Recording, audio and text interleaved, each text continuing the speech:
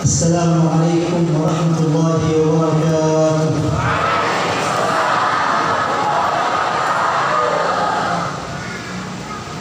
الحمد لله رب العالمين حمدا يوافي نعمه ويكافئ مزيده، والصلاة والسلام على أشرف الأنبياء والمرسلين سيدنا محمد وعلى آله وصحبه أجمعين، القائل صلى الله عليه وآله وسلم: الراحمون يرحمهم الرحمن تبارك وتعالى، ارحموا من في الأرض يرحمكم من في السماء. Bismillahirrahmanirrahim. Alhamdulillah, setelah memuji kepada Allah Subhanahu wa taala dan bersalawat kepada junjungan Nabi besar Muhammad sallallahu alaihi wasallam, serta beliau membacakan salah satu hadis Nabi sallallahu alaihi wasallam, ar-rahimuna yarhamuhumur rahman, irhamu man fil ardi yarhamukum man fis sama. Orang-orang yang penuh kasih sayang di bumi akan dikasihi dan disayangi oleh Zat yang Maha Pengasih lagi Maha Penyayang. Maka sayangilah siapapun yang ada di muka bumi, engkau akan disayangi oleh Zat yang ada di langit, Allah Subhanahu wa taala. Wa ba'du, fa inna min khasa'is hadhihi al-ummah ما تميزت به عن غيرها من الأمم وهو علم الإسناد. Salah satu hal yang paling membedakan dan merupakan kekhususan dari umat Nabi Muhammad SAW, bahwa umat Nabi ini memiliki nilai plus dari segi sanad transformasi ilmu. لا توجد أي أمة غير أمة النبي صلى الله عليه وآله وسلم لها سند متصل إلى نبيها. Tidak terdapat dari umat-umat Nabi terdahulu sebelum Nabi Muhammad SAW yang memiliki sanad atau memiliki perhatian terhadap sanad yang sampai kepada nabinya. فهؤلاء اليهود لا يوجد لهم سند إلى نبي الله موسى. Mereka orang Yahudi itu enggak punya sanad yang sampai kepada Nabi Musa alaihissalam. ولذلك حرفت هذه التوراة ولعب بها. حرفت التوراة. Maka dari itu kitab Taurat, yaitu kitab yang Allah turunkan kepada Nabiullah Musa alaihissalam, pada akhirnya mengalami tahrif, mengalami perubahan, banyak redaksi ayat yang dirubah disebabkan tidak adanya sanad. وهؤلاء النصارى أيضا لا يوجد لهم سند إلى نبي الله عيسى على نبينا وعليهم أفضل الصلاة وأزكى التسليم. Begitu juga orang-orang Nasrani, mereka tidak memiliki sanad yang bersambung kepada Nabiullah Isa alaihi salam, yang juga bersambung kepada Nabi besar Muhammad sallallahu alaihi wasallam. لكن هذه الأمة تميزت بالإسناد وبالمدد في هذا السند. Tapi umat Nabi besar Muhammad ini, kita semua insyaallah dan para aslafun shalihin, para ulama-ulama terdahulu, memiliki nilai lebih sebab mereka memiliki perhatian yang sangat besar terhadap sanad. ثم هذا السند إلى نبينا منه ما هو سند في الظاهر وهو تلقي الجيل عن الجيل الذي قبله إلى نبينا. Salah satu sanad itu adalah sanad zahir, yaitu sanad pertemuan antara murid dengan guru. Pertemuan antara satu murid dengan guru, guru dengan gurunya terus menerus yang bersambung pada akhirnya kepada Nabi Muhammad sallallahu alaihi wasallam.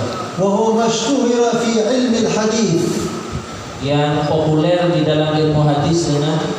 ولكن تميز الصوفية بسند متصل ظاهر وفي نفس الوقت تلقي روحي باطن. Nah, jadi kalau sanad yang bersambung antara satu guru kepada guru yang lain yang pada akhirnya bersambung kepada Nabi, itu adalah sanad zahir. Dan ini populer dalam ilmu hadis yang biasa kita ketahui dengan ilmu periwayatan hadis. Tapi kalau dalam ruang lingkup atau ranah ilmu tasawuf, sanad itu tidak cukup hanya sanad zahir, namun ada juga sanad batin, keterikatan hati dan ruh antara satu murid dengan gurunya dan terus bersambung kepada Sayyidina Muhammad sallallahu alaihi wasallam. وليس المقصود من السند قراءة أسماء الرجال. Sanad yang dimaksud dengan sanad tidak cukup hanya dengan membacakan nama-nama orang, nama-nama guru yang sampai akhirnya kepada Nabi. ولكن هناك ارتباط روحي بين هؤلاء الرجال إلى النبي صلى الله عليه وآله وسلم. Tidak cukup hanya nama, namun sanad yang sebenarnya adalah adanya keterikatan hati, adanya keterikatan ruh antara satu murid dengan gurunya dan bersambung puncaknya kepada Nabi Muhammad sallallahu alaihi wasallam. وهو الذي ميز العلماء الفقهاء المتكلمين من الصوفية. Nah, ini yang membuat ulama tasawuf itu berbeda dengan ulama-ulama ahli fikih, dengan ulama-ulama ahli akidah ataupun ulama-ulama hadis. Jadi kalau tasawuf itu sanadnya zahiran wa batinan. Kalau dalam ilmu hadis yakfi zahir. فيقع لهم من خلال هذا الاتصال الروحي نضارة في القلب تظهر على الوجه.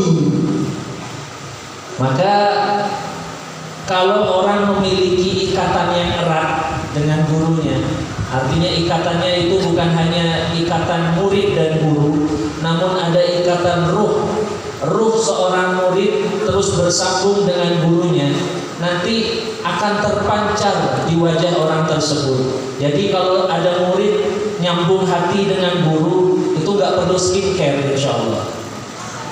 وقبل أن نتكلم عن هذه الأمور من أجل ألا نذكر حديثا قبل الحديث المسلسل بالأولية، نبدأ بالحديث المسلسل بالأولية بسنده من أجل أن يكون السماع سماعا أوليا حقيقيا. Jadi sebelum nanti beliau akan membacakan sanad hadis musalsal bil awaliyah, dalam muqaddimah beliau juga sudah membacakan hadisnya terlebih dahulu. Jadi hadisnya beliau sudah bacakan terlebih dahulu tadi, yaitu hadis qaulun Nabi alaihi salatu wassalam irhamu man fil ardi ila akhiril hadis.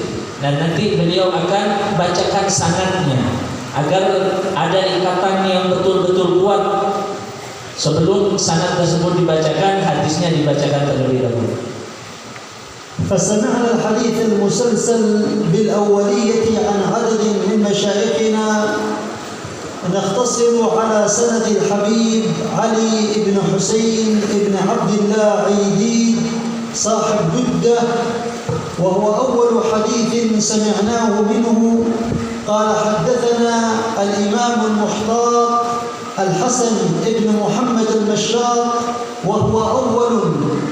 قال المشاط حدثني مشايخي الخمسة محمد هاشم الفوتي وحمدان المحرسي وعمر حمدان الونيسي وعبد الستار الدهلوي ومحمد عبد الحي الكتاني وهو أول.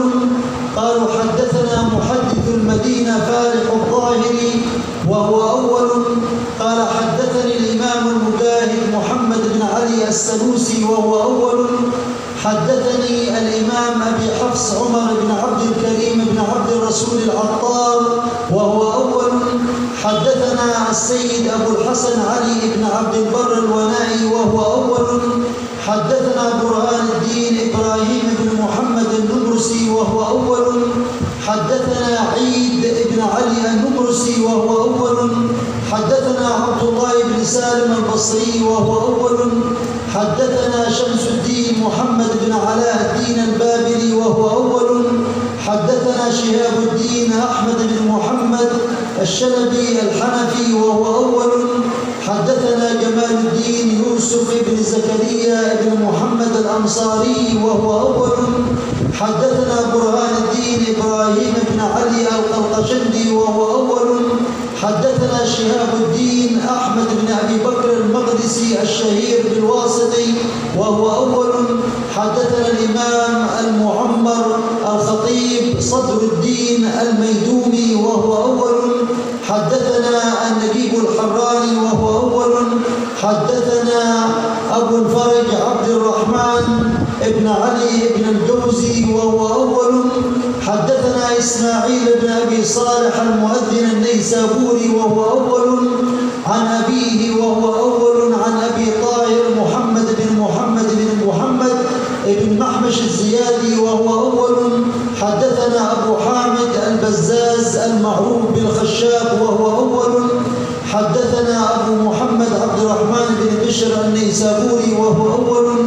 حدثنا سفيان بن عيينة خاتمة الحفاظ والمحدثين ومن ينتهي إليه تسلسل في هذا الحديث، يقول عن عمرو بن دينار عن أبي قابوس مولى عبد الله بن عمرو بن العاص عن مولاه عبد الله بن عمرو بن العاص عن النبي صلى الله عليه وآله وسلم قال: الراحمون يرحمهم الرحمن تبارك وتعالى، ارحموا من في الأرض يرحمكم من في السماء.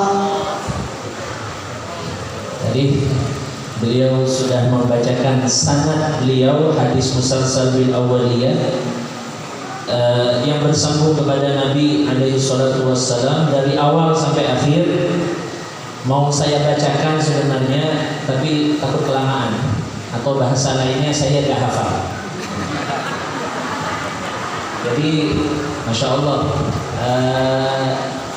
hadis yang beliau bacakan adalah hadis irhamu man fil ardi yarhamukum man fis sama.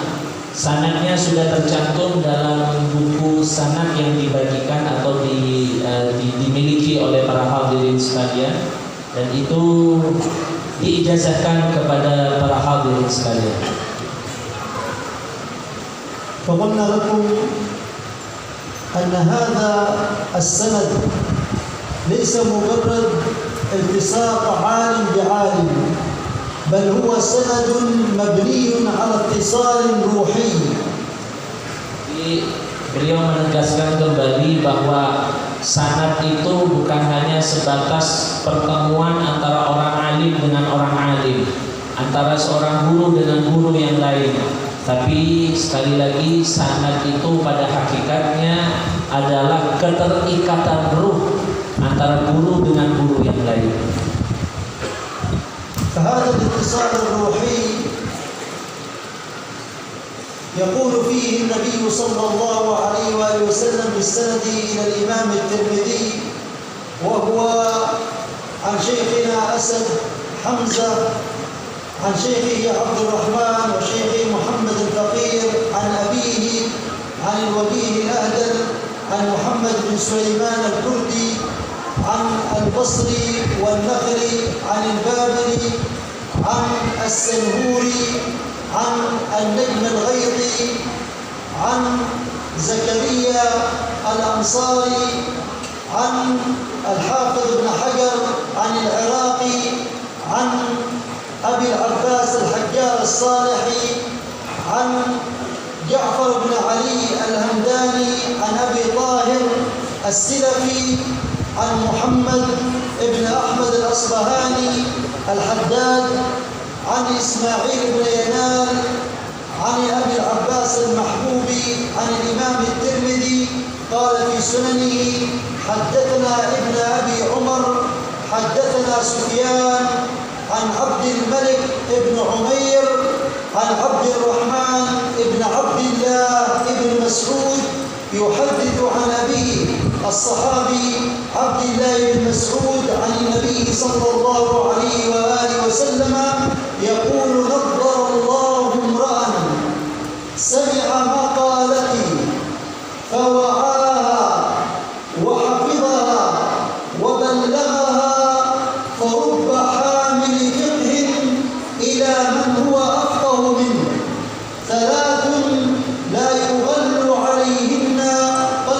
المسلم إخلاص العمل لله ومناصحة أئمة المسلمين ولزوم جماعتهم فإن الدعوة تحيط من ورائهم. Nah. Jadi ini tidak ada di sanad Kiai, tidak ada di kitab-kitab sertifikat sanad yang dibagikan. Jadi beliau hanya menjelaskan tentang ketersambungan ruh antara satu guru dengan guru yang lain itu dijelaskan juga oleh Rasulullah SAW, dan beliau membacakan hadisnya beserta sanadnya dari awal sampai akhir. Tapi lagi-lagi tidak bisa saya sebutkan demi menyingkat waktu. Salah satunya adalah bagaimana Rasulullah SAW menjelaskan bahwa orang yang mendapatkan ilmu, mendapatkan nasihat, mendengarkan hadis dari Rasulullah, fara'aha, kemudian dia menjaga dan menyebarkan. Ya. Jadi mendapat sanad, dia jaga dan dia memiliki keterikatan dengan gurunya. فالنبي صلى الله عليه وآله وسلم يدعو لمن حفظ سنته وبلغها أن يجعل الله له النضارة في قلبه التي تظهر على وجهه. Dan Nabi alaihi salatu wassalam berdoa kepada Allah Subhanahu wa taala bagi siapapun yang menjaga hadis Nabi atau yang menjaga sunnah Nabi serta menyebarkan hadis Nabi alaihi salatu wassalam, semoga Allah Subhanahu wa taala menyinari atau membersihkan hatinya yang pada akhirnya nampak terlihat di wajahnya. Jadi kalau ada orang-orang yang enak dilihat mukanya, berarti dia itu memiliki keterikatan yang kuat dengan kanjeng Nabi Muhammad sallallahu alaihi wasallam. ويترتب على هذا السند مدد وفتح. Dan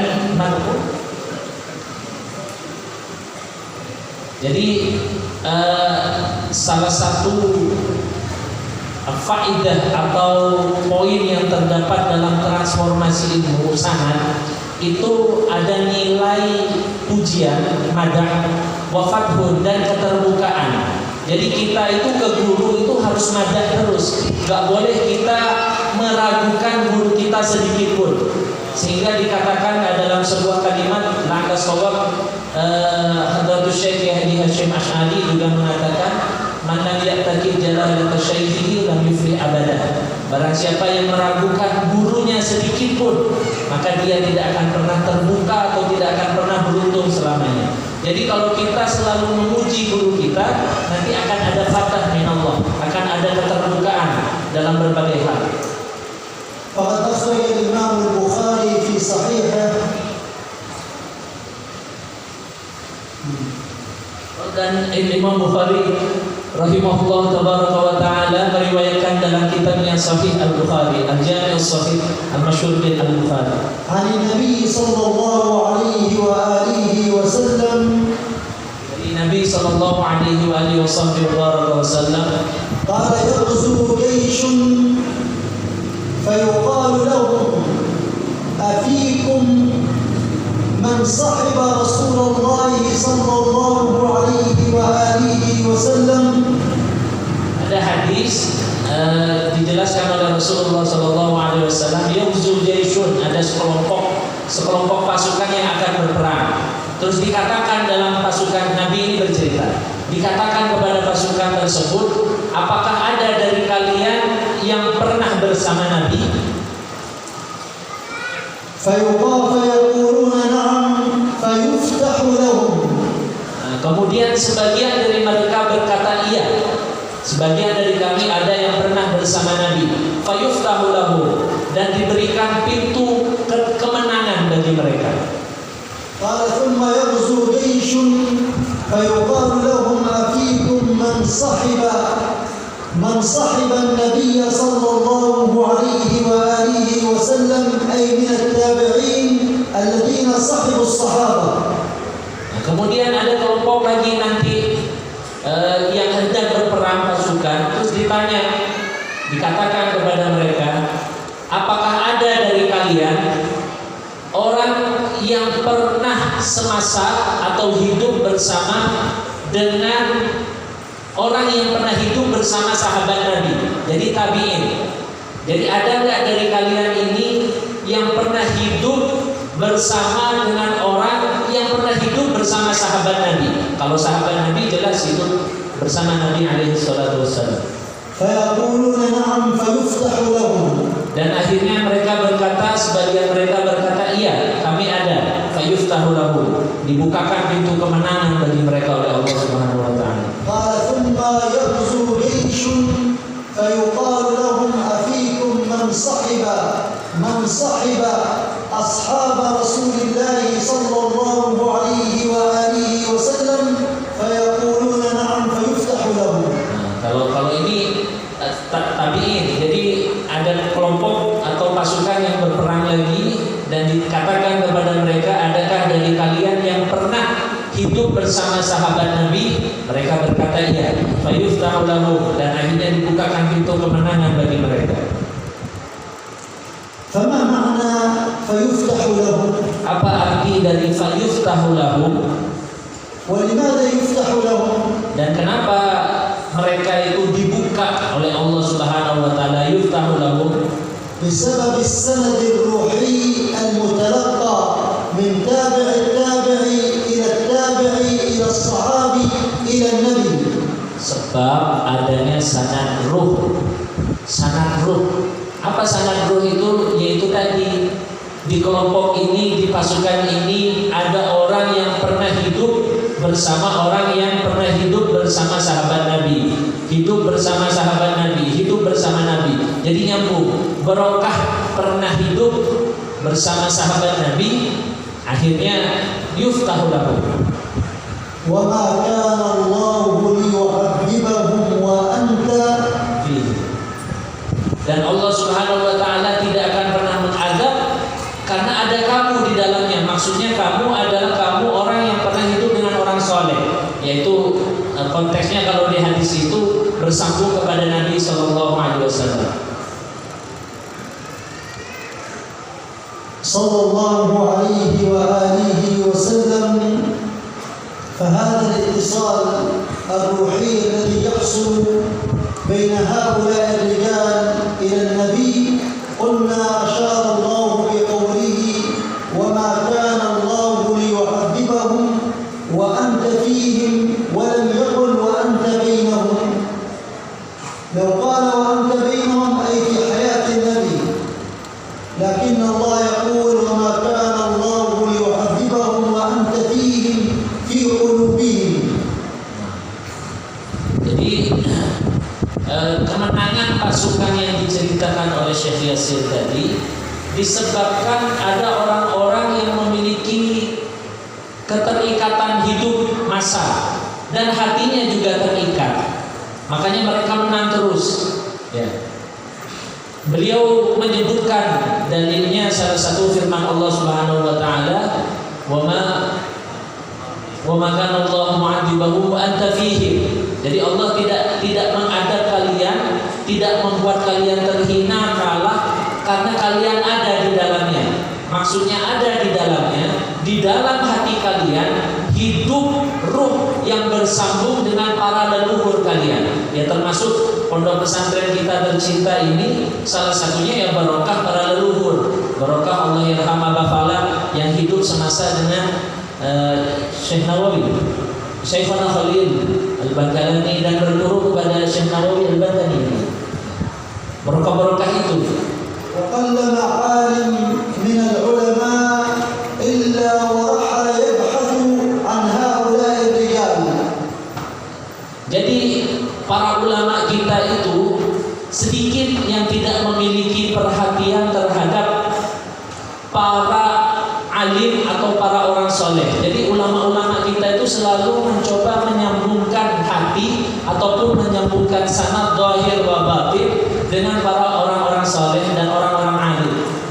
ومن هذه البلدة كم من العلماء الذين رحلوا إلى بلد الله الحرام وإلى غيرها ومنهم من جاوز 30 إلى 36 سنة وهو يتغرب عن الأهل بحثا عن هذا الاتصال الروحي.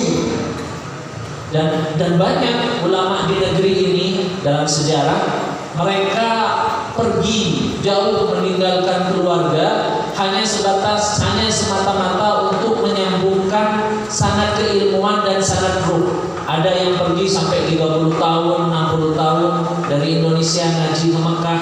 Para ulama-ulama kita dulu, ya tujuannya itu menyambung sanad keilmuan dan menyambung sanad ruh, keterikatan ruh dan hati. فمحمد أرشد الذي جاوز 30 سنة وهو يتنقل في هذه المدن. Sama seperti beliau menyebutkan ulama kebanggaan negeri ini, Syekh Muhammad Arsyad Al-Banjari. Syekh Muhammad Arsyad Al-Banjari.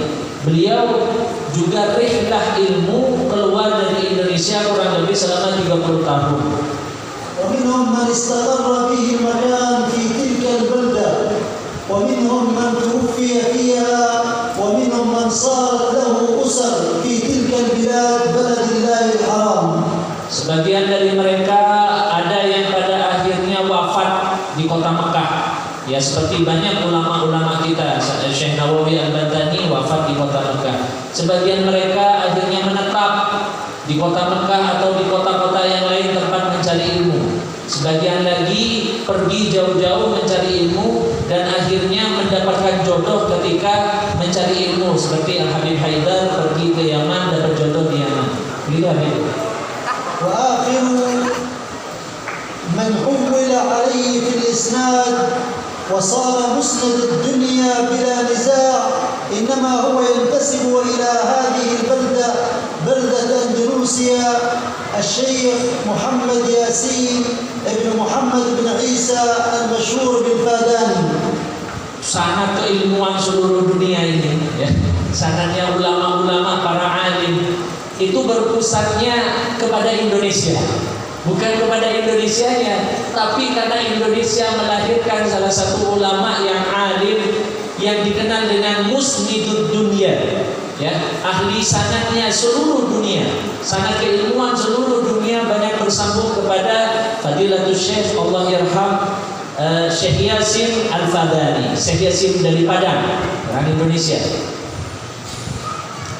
فهذه الأسانيد وهذا الاتصال الروحي هو الذي جعل العلماء يعتكفون عند بعض المشايخ ويلازمونهم لما يجدون عندهم من السر الروحي الأبوي. Maka atas dasar sanad ini, sanad yang zahiran wa batinan ini, banyak dari ulama dan ahli ilmu itu iktikaf, itu mulazamah, ngabdi atau khidmah kepada ulama-ulama tertentu sampai dalam waktu yang cukup lama sehingga terbuka baginya sir, rahasia dibuka oleh Allah Subhanahu wa taala, sir dari gurunya yang akhirnya baru berhenti khidmah, baru pindah ke kiai yang lain atau ke guru yang lain. ودون ما قلنا أننا بدأنا بالمسلسل بالأولية، إذا نبدأ الآن بأركان الإسلام الذي يمثل الفقه الإسلامي والذي يهمنا منه في هذا المجلس وفقه الإمام الشافعي. Tadi kalau kita sudah mulai membaca sanad musalsal bil awaliyah, hadis musalsal bil awaliyah, berikutnya kita akan membicarakan tentang rukun agama ini, yaitu al-Islam, ihsan, al-iman, Islam dan ihsan, serta akan membacakan juga nanti beberapa sanad fikih Imam Asy-Syafi'i. فنروي فقه الشافعي عن مفتي مدينة زبيد السيد محمد بن سليمان ابن محمد ابن سليمان ابن عبد الله ابن سليمان ابن يحيى ابن عمر مقبولا الأهدل، وهو عن أبيه مفتي زبيد السيد سليمان، وهو عن مفتي زبيد السيد نفيس الإسلام سليمان ابن محمد ابن عبد الرحمن الأهدل، عن أبيه عن جده مفتي مدينة زبيد المشهور بالوجيه الأهدل صاحب النفس اليماني، وهو عن أبيه مفتي زبيد السيد سليمان، وهو عن صفي الإسلام أحمد بن محمد شريف مقبولا الأهدل الذي يروي عن خاليه يحيى بن عمر مقبولا الأهدل مفتي مدينة زبيد الذي يروي عن أبي بكر بن علي البطاح عن يوسف بن محمد البطاح عن الطاهر ابن الحسين الأهدل عن ابن الديبع الشيباني عن زكريا الأنصاري وجلال الدين السيوطي والسخاوي.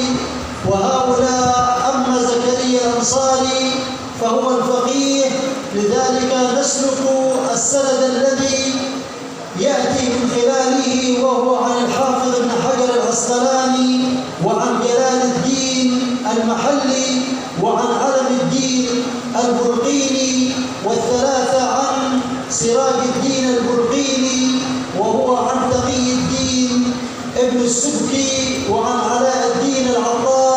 أما علاء الدين العطار فعن خاتمة الحفاظ والمحدثين والفقهاء وناصر المذهب ومرجح المذهب الإمام النووي، وهو عن سلار الأربلي عن محمد بن محمد القزويني عن عبد الغفار بن عبد الكريم ابن محمد بن عبد الكريم الرافعي عن أبيه عبد الكريم عن أبيه محمد عن محمد بن يحيى عن الإمام الغزالي. وأما الإمام تقي الدين ابن السبكي فيروي عن ابن الرفعة عن ابن الدقيق العيد عن سلطان العلماء العز بن عبد السلام عن فخر الدين بن عساكر عن السلطان النيسابوري عن الدامغاني عن الإمام الغزالي عن الإمام أبي المعالي الجويني عن أبيه الإمام الجويني عن الإمام القفال الصغير عن الإمام أبي زيد أحمد بن محمد المروزي عن أبي إسحاق إبراهيم بن أحمد المروزي الكبير عن البازي الأشهب ابن سريج البغدادي عن أبي القاسم الأنماطي عن المزني والمرادي عن الإمام الشافعي عن الإمام مالك عن نافع عن ابن عمر عن النبي صلى الله عليه وآله وسلم قال: لا يخطب أحدكم على خطبة أخيه ولا يبع أحدكم على بيع أخيه. Alhamdulillah, ini juga tidak ada di kitab sanad yang dimiliki oleh para hadirin, karena ini murni tambahan dari beliau. Beliau mengijazahkan kepada kita sanad fikih Syafi'i beliau, fikih Imam Muhammad bin Idris Syafi'i, yang bersambung kepada beliau, kepada Imam Muhammad bin Idris Syafi'i, dan bersambung kepada Nabi Sallallahu Alaihi Wasallam. Jadi insya Allah fikih kita sudah memiliki sanad, karena beliau tabarruk sudah tadi juga membacakan hadis yang berkaitan dengan fikih. Hadis yaitu hadis tentang larangan menikung, ya. Bukan nikung mobil ya, tapi orang kalau sudah dikhitbah nggak boleh dikhitbah, ya, udah dilamar punya ya, udah dilamar nggak boleh dilamar sama orang lain. Jadi di Indonesia nikung.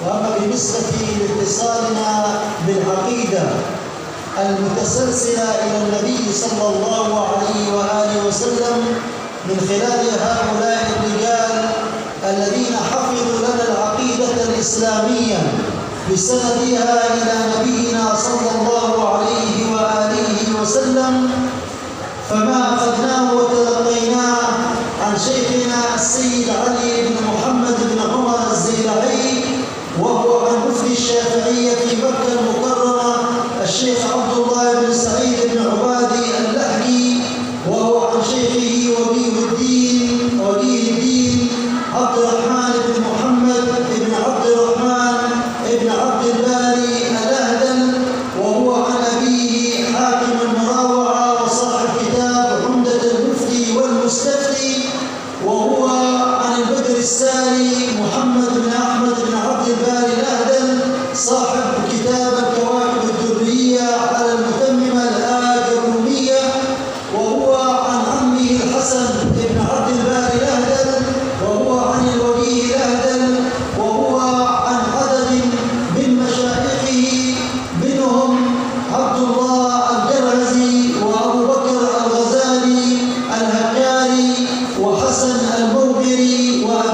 سليمان. أما الثلاثة الأول فعن يحيى بن عمر الأعدل عن أبي بكر بن علي البطاح عن يوسف بن محمد بن يوسف البطاح عن الحافظ الطاهر محمد بن الحسين الأهدل عن الوكيع عبد الرحمن بن علي الشيباني عن نفيس الإسلام وعن زين الدين أحمد بن عبد اللطيف الشرقي صاحب كتاب التجريد الصريح الذي اختصر فيه صحيح الإمام البخاري عن شيخه نفيس الإسلام سليمان بن إبراهيم بن عمر العلوي عن أبيه برهان الدين إبراهيم العلوي عن شيخه شهاب الدين أحمد بن أبي الخير بن منصور الشماخي عن أبيه أبي الخير بن منصور الشماخي عن ابن بنت الجميزي عن الحافظ ابن عساكر. وابن عساكر يروي لنا في كتابه تبيين كذب المفتري فيما نسب إلى الإمام أبي الحسن الأشعري قصة ظريفة بين الإمام أبي الحسن الأشعري والمعتزلة. الإمام ابن عساكر يروي عن عبد الجبار الخوالي عن الإمام البيهقي والبيهقي عن أبي بكر الباقلاني وعن ابن فورك وعن أبي إسحاق الإسرائيلي. أما أبو إسحاق الإسرائيلي وابن فورك فعن أبي الحسن الباهلي عن الإمام أبي الحسن الأشعري. يذكر لنا السند من أبي الحسن الأشعري إلى النبي صلى الله عليه وآله وسلم ابن عساكر في كتابه تبيين كذب المفتري قال: قام رجل من المعتزلة وقال: يا إمام، قد علمنا تبحرك في علم الكلام ونحن نسألك عن مسألة ظاهرة في الفقه. فقال الإمام أبو الحسن الأشعري: سل عما بدا لك. فقال: ما تقول في رجل صلى بدون فاتحة الكتاب؟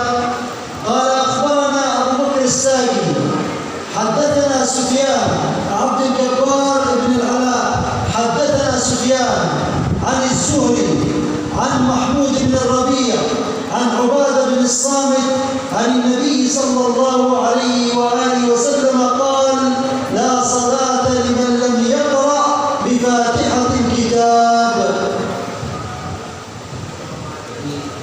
Kalau sanad tadi ada di kitab sanad akidah Imam Abul Hasan Al-Ash'ari yang bersambung kepada beliau, dan beliau juga membacakan kisah yang dinukil oleh Al-Imam Ibnu Asakir dalam kitabnya Tadlil Kidbil Muftari fi Manusib ila Imam Abi Hasan Al-Ash'ari, bagaimana dialog antara Imam Abul Hasan Al-Ash'ari dengan seorang Mu'tazilah. Orang Mu'tazilah ini mau ngetes Imam Abul Hasan Al-Ash'ari. Ya Imam, saya tahu sampean ini memang alim dalam ilmu akidah. Saya ada pertanyaan yang berkaitan dengan ilmu fikih. Akhirnya Imam Abul Hasan Al-Ash'ari mengatakan, tanyakan apa yang ada di dalam pikiranmu, silakan kalau mau nanya. Dia bertanya, Imam, bagaimana hukumnya orang yang sholat tapi tidak membaca surat Al-Fatihah?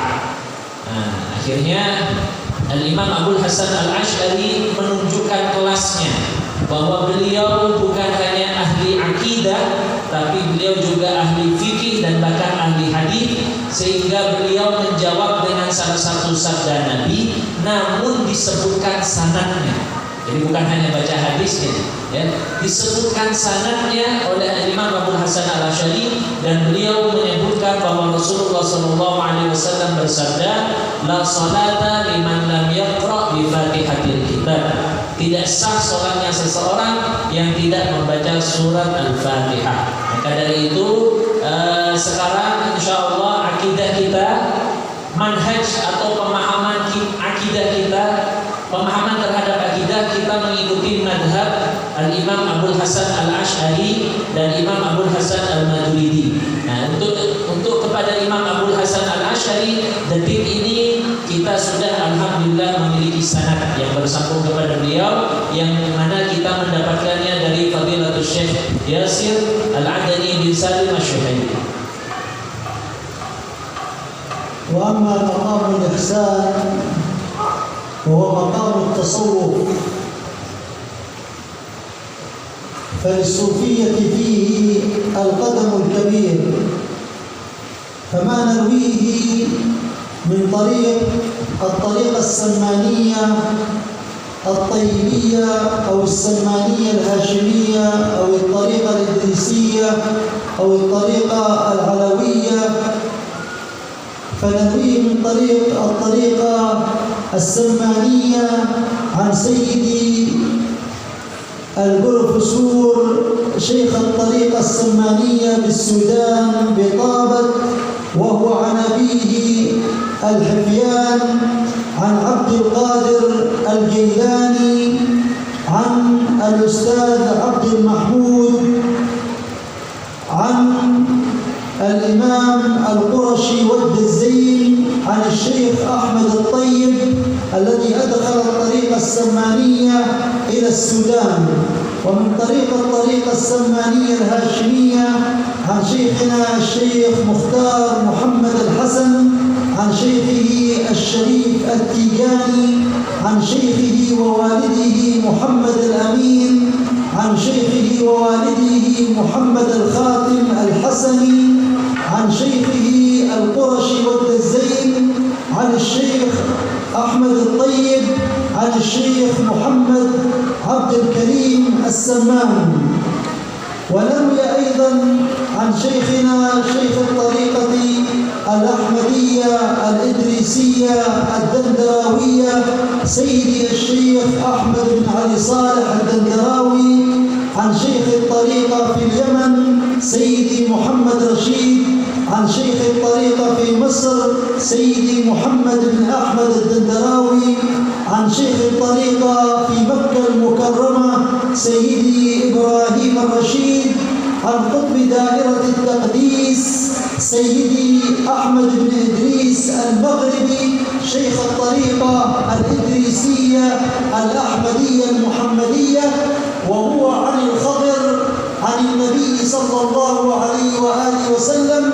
ومن طريق عن سيدي عبد العزيز عبد الوهاب التازي عن سيدي عبد العزيز الدباغ وعن سيدي عبد الوهاب التازي أيضا عن شيخ الطريقة الخلوتية وشيخ الأزهر محمد بن سالم الحفني الذي أخذ عن محمد عبد العزيز ابن إبراهيم المنوفي الزيادي الذي أخذ عن الإمام البابلي الذي أخذ عن الإمام السنهوري عن نجم الدين الغيطي عن شيخ الإسلام زكريا الأنصاري الذي أخذ عن العز بن عبد الفرات عن تقي الدين عن تاج الدين السبكي عن تقي الدين السبكي عن ابن عطاء الله السكندري عن الإمام أبي العباس المرسي عن الإمام أبي الحسن الشاذلي عن الإمام عبد السلام ابن مشيش عن سيدي الغوث أبي مدين عن سيدي ابن حرزهم عن سيدي أبي بكر ابن العربي المالكي عن الإمام الغزالي عن الإمام أبي المعالي الجويني عن أبيه المعالي الجويني عن أبي طالب المكي صاحب الكتاب المعروف عن أبي بكر الشبلي عن الإمام الجنيد عن السري السقطي عن معروف الكرخي عن حبيب العجمي عن الإمام أبي الحسن البصري عن الإمام سيدنا الحسن بن علي بن أبي طالب عن سيدنا علي بن أبي طالب عن النبي صلى الله عليه وآله وسلم عن جبريل عن اللوح عن القلم عن رب العزة تبارك وتعالى قال سألت ربي جبريل ما هو الإخلاص؟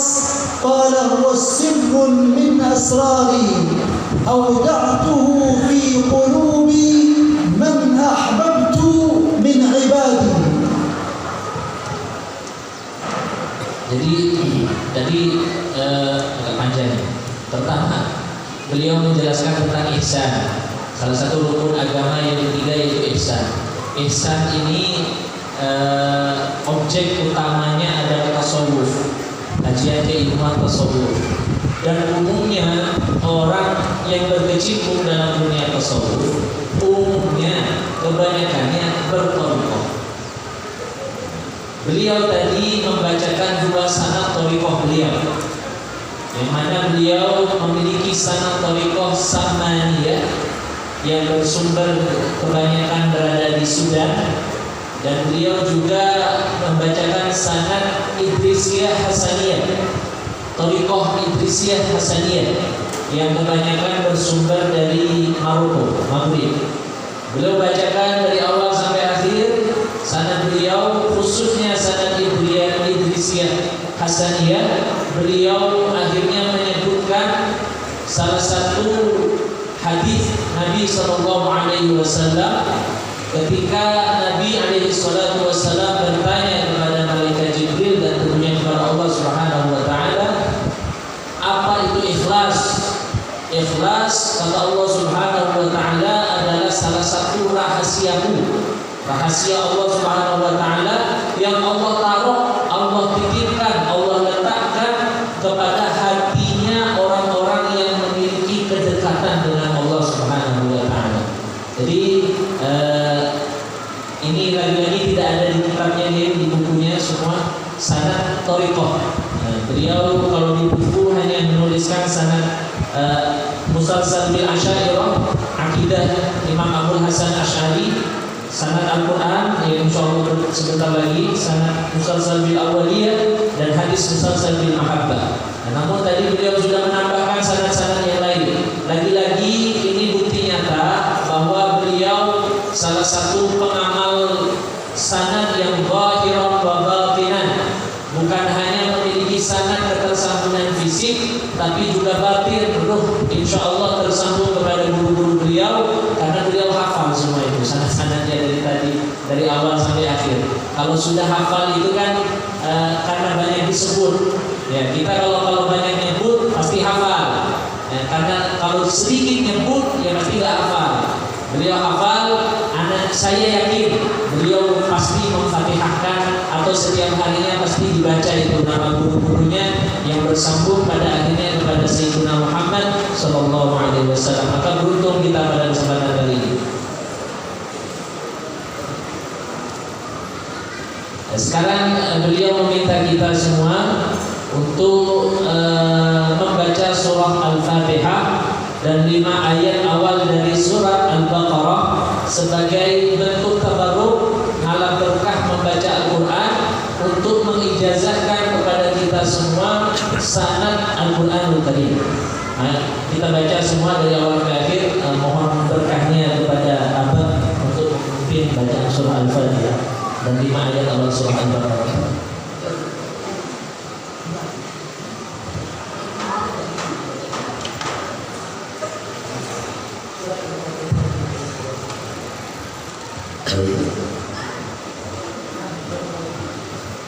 Mari bersama ibu bacakan surah Al-Fatihah dan surah Al-Baqarah, mudah-mudahan kepada berkah dan berjasa dari sanad Al-Quran. A'udzu billahi minasyaitonir rajim. Bismillahirrahmanirrahim. Alhamdulillahi rabbil alamin. Ar-Rahmanir Rahim. Maliki yaumiddin. Iyyaka na'budu wa iyyaka nasta'in. Ihdinas siratal mustaqim. Siratal ladzina an'amta 'alaihim ghairil maghdubi 'alaihim waladdallin.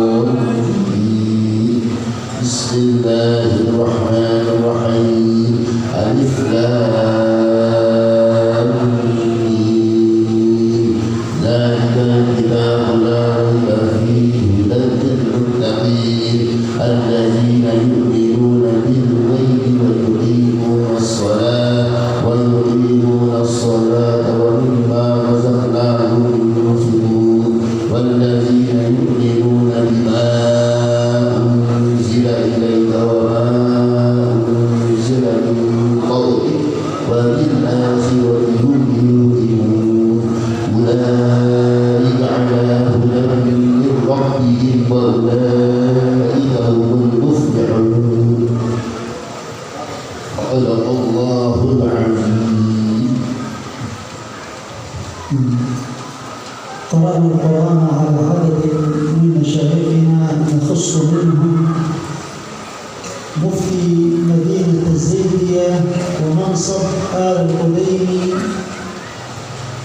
السيد المعمر جمال الدين محمد بن محمد ابن عبد الرحمن ابن عبد الله القديمي، وهو قرأ القرآن على عمه عبد العزيز، وهو قرأ القرآن على والده عبد الرحمن، وهو قرأ القرآن على الولي عبد الرحمن بن عبد الله ابن أبي الغيث الأهدل، وهو قرأ القرآن على الولي الأهدل، وهو قرأ القرآن على أبيه سليمان، وهو قرأ القرآن على أبيه يحيى ابن عمر، وهو قرأ القرآن على أبي بكر بن علي البطاح الأهدل، وقرأ القرآن على يوسف بن محمد بن يوسف البطاح الأهدل، وهو قرأ القرآن على الحافظ الطاهر محمد بن حسين الأهدل، وقرأ القرآن على الولي عبد الرحمن ابن علي ابن الديمع الشيباني، وهو قرأ القرآن على زين الدين الشرقي، وهو قرأ القرآن على خاتمة الحفاظ والمحدثين شمس الدين أبي الخير محمد بن محمد بن محمد بن الجزري الدمشقي الشافعي، وهو قرأ القرآن على ابن المبارك البغدادي، وهو قرأ القرآن على تقي الدين ابن الصائب، وهو قرأ القرآن على كمال الدين الضرير، وهو قرأ القرآن على الإمام الشاطبي، وهو قرأ القرآن على الإمام أبي الحسن علي بن هذيل، وهو قرأ القرآن على الإمام أبي داود سليمان بن نجاح الأموي، وهو قرأ القرآن على أبي عمرو الداني، وهو قرأ القرآن على أبي الحسن ابن غلبون، وهو قرأ القرآن على الإمام أبي الحسن الهاشمي، وهو قرأ القرآن على الإمام العشناني، وهو قرأ القرآن على الإمام النهشلي، وهو قرأ القرآن على الإمام حفص بن سليمان صاحب القراءة المعروف، وهو قرأ القرآن على عاصم، وهو قرأ القرآن على أبي عبد الرحمن عبد الله السلمي، وهو قرأ القرآن على عدد من الصحابة منهم سيدنا عثمان وسيدنا علي وابن مسعود وأبي بن كعب وزيد بن ثابت، وهم تلقوا القرآن من فم النبي صلى الله عليه وآله وسلم، وهو تلقاه عن جبريل وجبريل عن اللوح واللوح عن القلم والقلم عن رب العزة تبارك وتعالى، فأجزناكم بذلك. Jadi alhamdulillah beliau membacakan sanad Al-Quran beliau. Kalau kita perhatikan tadi ketika beliau membacakan sanad tersebut, beliau menambahkan dengan jelas kalimat talaqqa dan qara'a. Artinya bukan hanya mencatut nama guru, namun benar-benar ngaji. Jadi yang hadir pada kesempatan kali ini dengan bacaan surah Al-Fatihah dan bacaan 5 ayat awal daripada surah Al-Baqarah merupakan bentuk simbol bahwa kita sudah ngaji Al-Quran kepada beliau dan kita sudah mendapatkan sanad Al-Quran yang bersambung kepada beliau, terus bersambung kepada Imam Hafiz, Imam Asim, dan tentunya kepada Sayyidina Muhammad Sallallahu Alaihi Wasallam. Maka dari itu para santri, adik-adik semua dan para hadirin, kita ucapkan bersama-sama kalimat qabilna ijazah. 1, 2, 3. Qabilna ijazah.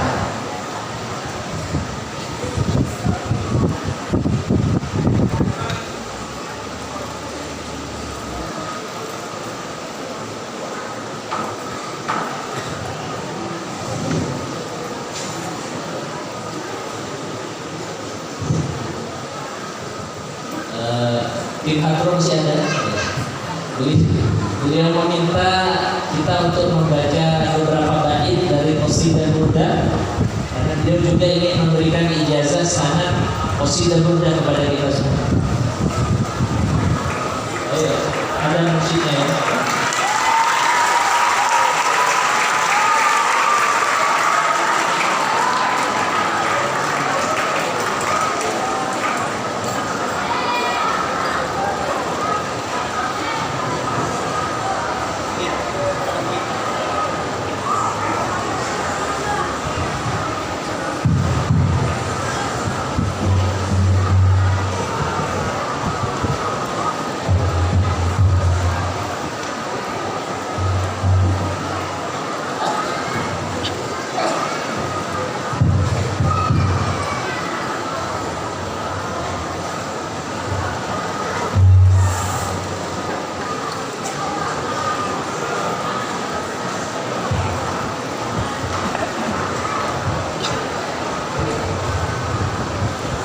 اللهم صل وسلم على سيدنا محمد وعلى آل سيدنا محمد.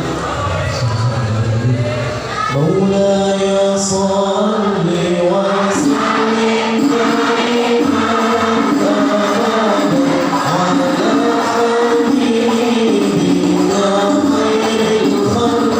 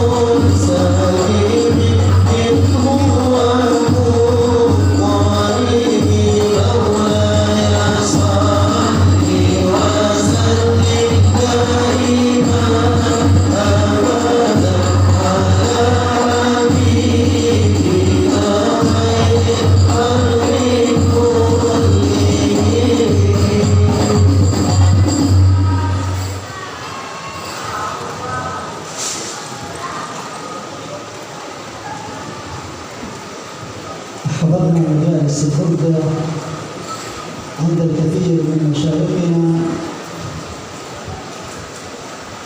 سواء كان منصب مدينة المراوعة السيد الحسن بن عبد الباري الأهدل، أو مفتي مدينة زبيد السيد محمد بن سليمان، أو مفتي مدينة الزيدية السيد محمد القديمي، أو شيخ الطريقة الأحمدية الدندراوية سيدي أحمد بن صالح الدندراوي، أو سيدي الحبيب أبو بكر بن علي المشهور، أو سيدي الحبيب عمر بن محمد بن سالم بن حفيظ، أو سيدي مفتي مدينة الحديدة الشيخ محمد بن علي مرعي، أو غيرهم. الشيخ محمد بن علي مرعي يروي عن شيخه الشيخ عبد القادر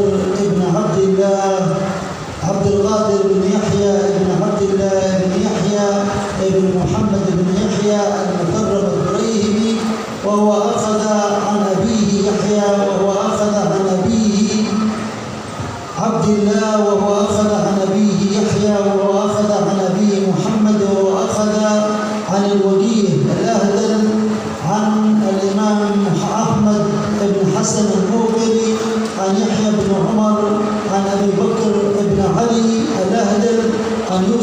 محمد بن يوسف الأهدل عن حافظ الطاهر ابن الحسين عن ابن الديبع عن زين الدين الشرقي عن الإمام ابن الجزري، وابن الجزري أخذها عن الإمام شهاب الدين أحمد ابن الإمام العلائي قال رحلت والتقيت به في بيت المقدس، وهو أخذها عن أبي المحاسن يوسف ابن عمر المشهدي، وهو أخذها عن الإمام البوصيري الناظم لها، فأجزناكم بذلك.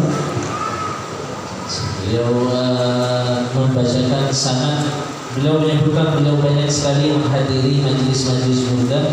Tentunya beliau munazim hadir juga sering di majelis burda Sayyidil Habib Umar bin Muhammad bin Salim bin Hafiz, wa Allah yarham Sayyidil Habib Abu Bakar Al-Adni dan para kibar ulama, dan beliau sudah membacakan sanad yang bersambung kepada Al-Imam Al-Busiri dan beliau ijazahkan kepada kita.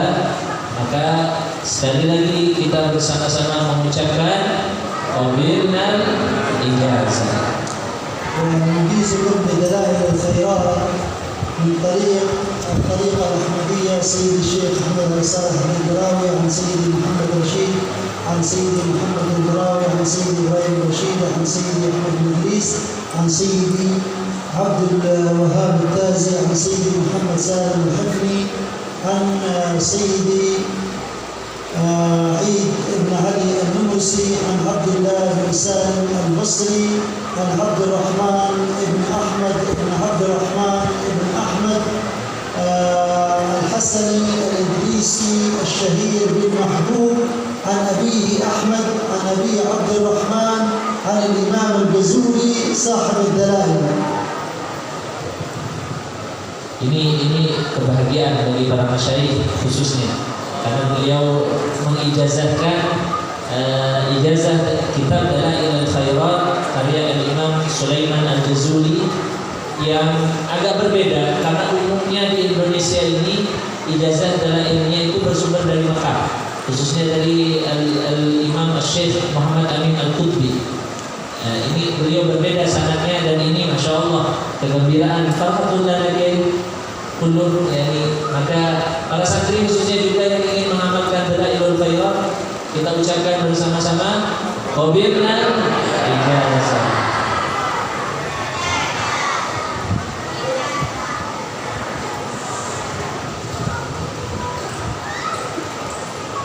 نرجو أن تكون هذه الزيارات سببا ودافعا لطلاب العلم أن تتحرك عندهم الهمة من أجل طلب العلم وطلب المعالم. Beliau berdoa memohon kepada Allah Subhanahu wa taala dan berharap semoga ziarah beliau pada kali ini khususnya kepada pondok kita tercinta ini semoga menjadi manfaat yang besar khususnya kepada para santri agar semakin semangat mencari ilmu, dan tentunya dengan ilmu itu harapannya kelak kita diberikan kedudukan yang mulia di hadapan Allah Subhanahu wa taala. فطلب العلم من أفضل الوسائل الموصلة إلى معرفة الله. Mencari ilmu itu adalah wasilah atau perantara paling tinggi, salah satu perantara paling tinggi, paling utama untuk dapat manusia itu mengenal Tuhannya, yaitu Allah Jalla wa Ta'ala fi'ula. ولا بد أن نعلم أنه لا وصول إلى الله إلا بتحقيق علم التوحيد. Dan kita harus ketahui bersama bahwa gak mungkin ada orang yang usul sampai kepada Allah Subhanahu wa taala, dekat dengan Allah Subhanahu wa taala, kecuali orang itu sudah matang betul ilmu tauhidnya. فعلم الإسلام هو علم الجوارح. Ilmu Islam, ilmu fikih dan lain sebagainya, ilmu hadis itu adalah ilmu jawarih, ilmu zahir. وعلم العقيدة هو تغذية القلب والعقل. Dan ilmu akidah, ilmu tauhid adalah ilmu yang memiliki ikatan erat antara hati dan akal. وعلم الإحسان هو تغذية الروح والسر المودع في هذه الروح. Kalau ilmu ihsan yaitu tasawuf maksudnya adalah ilmu yang mana mendidik hati seorang hamba agar memiliki sir, agar hatinya itu bukan hati yang cepat galau. فعلماء التصوف مثل سيدي ابن العربي وسيدي عبد الكريم الجيلي يقولون أن العوالم التي خلقها الله ثلاثة: عالم الملك والملكوت والجبروت.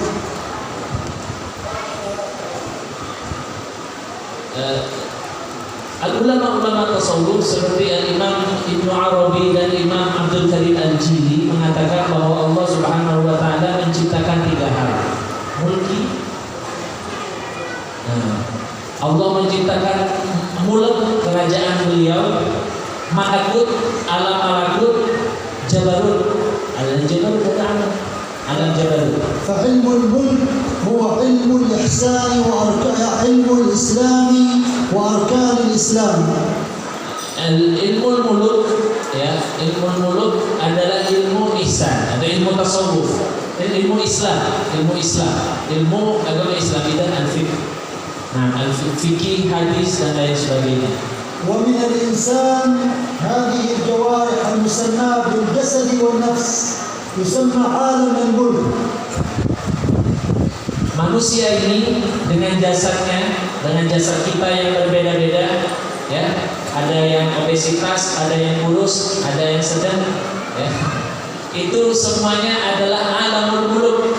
Ya, fisik kita ini adalah alamul muluk. وعالم الملكوت ويسمى مقام الإحسان. Alam malakut yang disebut dengan alam malakut ini adalah maqam ihsan, bukan lagi tubuh kita, bukan lagi fisik kita. وهو ما يقابل عالم الروح والسر المودع في هذه الروح. Alam ihsan itu adalah alam yang memiliki urusan dengan ruh kita, ya, ruh kita, dan berurusan pula dengan sir, rahasia-rahasia Allah Subhanahu wa taala yang Allah titipkan, Allah letakkan kepada ruh orang-orang yang terpilih. وعالم الجبروت ما يتعلق بالتنزلات من الأسماء الإلهية والصفات الذاتية. تنزلات الأسماء الخالق الرازق الصفات الإلهية تنزلاتها يتنزل إلى الإنسان في العوالم. Jadi kalau alam jabarut adalah hasil, ya, kalau saya memahaminya, mohon maaf kalau keliru memahami. Alam jabarut itu adalah hasil ketika Allah Subhanahu wa taala bertajalli, ya, asma sifat-sifatnya Allah Maha Pemurah, Allah Maha Pemberi rezeki. Terus ada seorang hamba yang saleh, ahli ibadah, ya, hatinya bersih, dan juga orang ini pemurah, suka berbagi rezeki, tidak pelit, tidak bakhil, tidak syuk. Nah, ini adalah wujud dari alam jabarut. Jadi Allah itu tanazul. وهو ما يسمى في الإنسان بعالم القلب والعقل. القلب في الإنسان القلب والعقل يقابل الجبروت.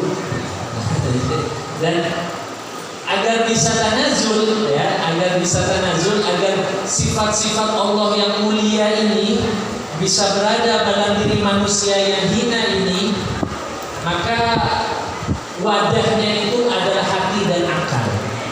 Ya, wadahnya adalah kebersihan hati dan kebersihan akal. Insyaallah. ولذلك يقول سيدنا علي بن أبي طالب عن هذا الإنسان: أتحسب أنك جرم صغير وفيك انطوى العالم الأكبر عالم الملك والملكوت والجبروت. Sayyidina Ali, maka dari itu Sayyidina Ali karramallahu wajhahu mengatakan, kita ini manusia sebagai makhluk yang kecil, yang tidak ada apa-apanya. Alam ini bukan hanya alam yang kita lihat, ada alam-alam yang lain yang mungkin bahkan tidak bisa digapai, dijangkau oleh kita kalau kapasitas kita itu masih begini-begini saja. Tapi kalau kapasitasnya itu sudah menjadi orang yang saleh, orang yang betul-betul memiliki kedekatan dengan Allah, hatinya dan pikirannya bersih, maka bisa idrok, bisa mencapai beberapa alam-alam tersebut. ولذلك عالم الملك الذي هو أركان الإسلام محله كتب الفقه. Dari itu yang dimaksud dengan alam muluk ini adalah jasad. Maka jasad ini nanti kajiannya, makanannya jasad, mereka butuh fikih. Ya, utamanya mereka butuh fikih. Untuk apa? Karena jasad butuh salat butuh fikih. Jasad butuh puasa butuh fikih. عالم الملكوت عالم الروح الذي قال الله عنه وكذلك نري إبراهيم ملكوت السماوات والأرض وليكون من الموقنين. هو عالم الروح الجوال في هذا الكون. Jadi kalau alam ruh itu hati. Sebagaimana firman Allah ketika Allah berfirman kepada Nabiullah Ibrahim menceritakan tentang Nabi Ibrahim bahwa Allah memperlihatkan kepada Nabi Ibrahim alam malakut, bukan alam yang berbeda, bukan, tapi makomnya hatinya Nabi Ibrahim sudah bukan hati yang seperti manusia pada umumnya, sehingga hatinya ini masih sudah bukan berada di alam mulek seperti kita ini. ومحله كتب التصوف. Nah, kalau sudah alam jabarut, sarapannya atau makanannya yang dibutuhkan adalah ilmu tasawuf, kajian dalam ilmu tasawuf, kitab-kitab tasawuf. وعالم الجبروت الذي يمثل أركان الإيمان الذي هو نتعرف على الله من خلال أسمائه وصفاته. Kalau alam jabarut ini sudah alam ma'rifat, betul-betul ya seperti yang beliau bilang tadi, salah satunya orang tidak akan mungkin sampai kepada Allah tanpa tahakkuk, tanpa betul-betul meyakini betul bahwa ilmu tauhidnya sudah matang.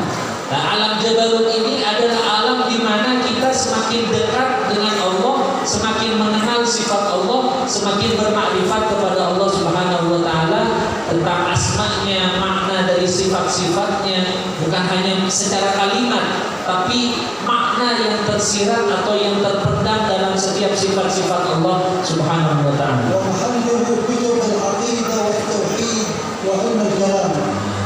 Untuk bisa itu ya harus tahakkuk, harus ahli tauhid, harus betul-betul matang tauhidnya. Jadi kalau tauhidnya sudah matang, potensi untuk dekat dengan Allah semakin dekat. Ya, potensi untuk usul sampai kepada Allah Subhanahu wa taala itu semakin dekat.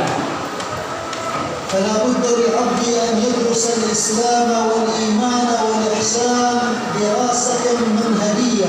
Maka dari itu kita ini sebagai hamba Allah Subhanahu wa taala harus dapat mempelajari dengan baik ilmu iman, ilmu Islam, ilmu ihsan dengan metodologi yang tepat dan baik. فلا إسلام بلا إيمان. بدون إيمان. Nah, tidak ada Islam. Islam kita itu KTP kalau tidak ada iman, kalau tidak ada keyakinan kepada Allah, kepada Rasulullah dan kepada kitab-kitab Allah, malaikat dan lain sebagainya. ولا إسلام وإيمان بدون إحسان. Iman dan Islam tidak memiliki nilai akhirnya jika tidak ada ihsan. فلا بد من دراسة العقيدة والفقه والتصوف. Maka dari itu kalau sudah belajar tauhid, sudah belajar fikih, sudah alim fikihnya, sudah alim ilmu tauhidnya, sudah alim ilmu hadisnya, harus juga belajar ilmu tasawuf. مع التعرف عن علامات الساعة.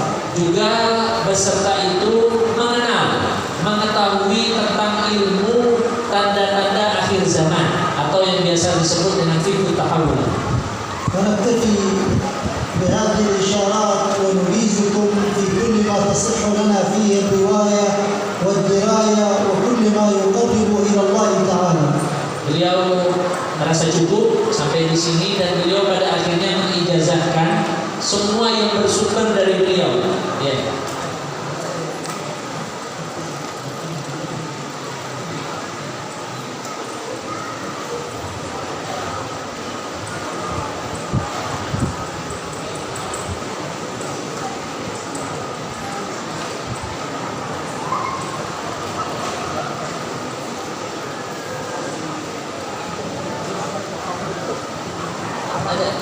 sanad Habib, sanad potong buku hari Kamis kan.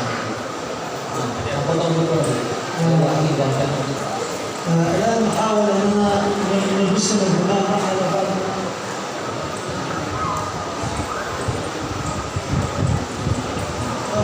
بسم الله.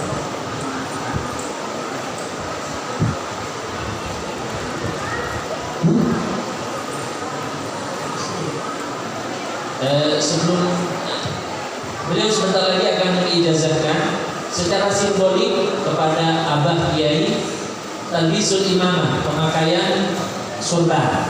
Ada ijazahnya, ada sanadnya.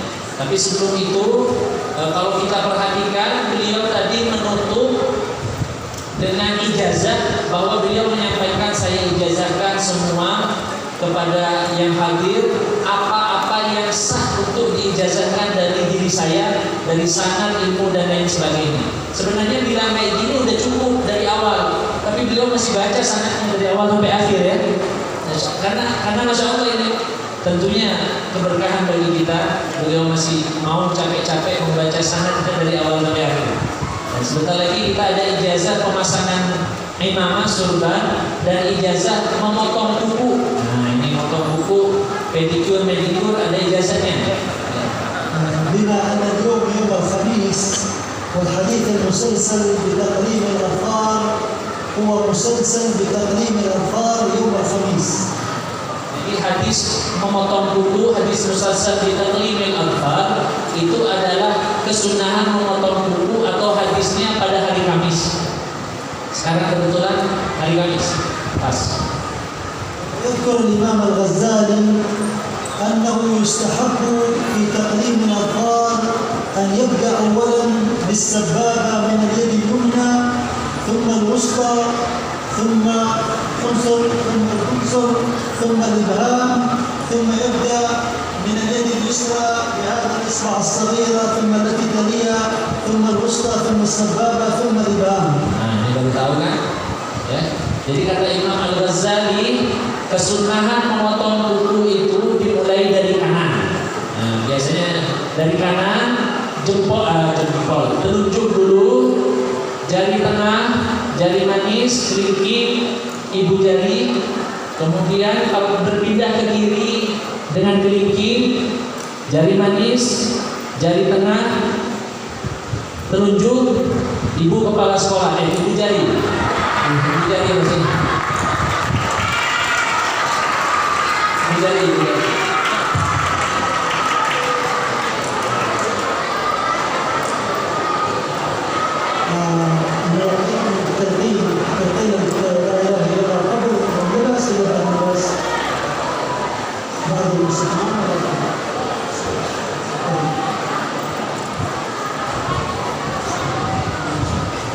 Jadi sudah diijazahkan ya Bapak Ibu dan para santri semuanya, cara memotong ijazah kita ucapkan qabilna ijazah.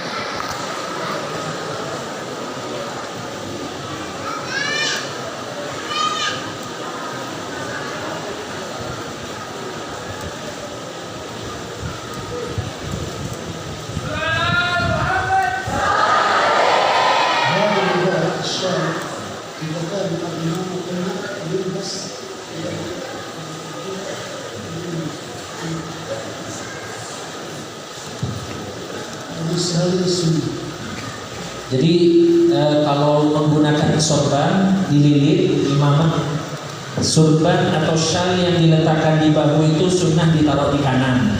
Kalau tidak menggunakan imamah hanya berpeci saja, syalnya sunnah di pundak kiri. Ya, jadi kalau nggak pakai imamah, sunnah ditaruh di kiri.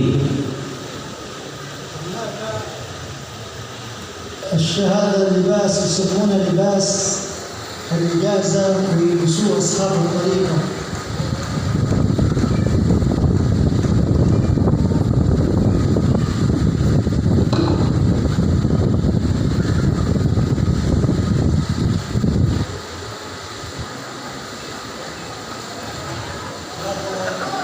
آخر البصري شيخ الطريقة السلمانية الهاشمية بالسودان في هذه المهمة.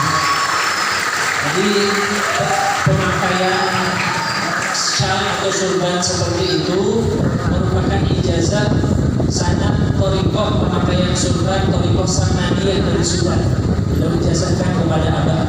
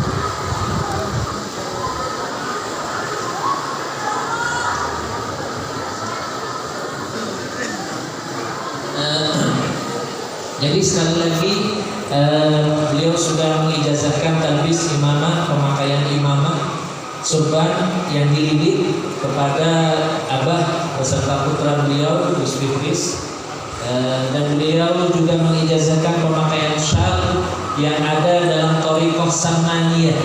Jadi kalau menggunakan syal surban seperti itu, samaniyah wa idrisiyah juga seperti ini beliau ijazahkan. Dan beliau tadi mendoakan secara khusus semoga Gus Fikris segera Allah memberikan jodoh yang salehah.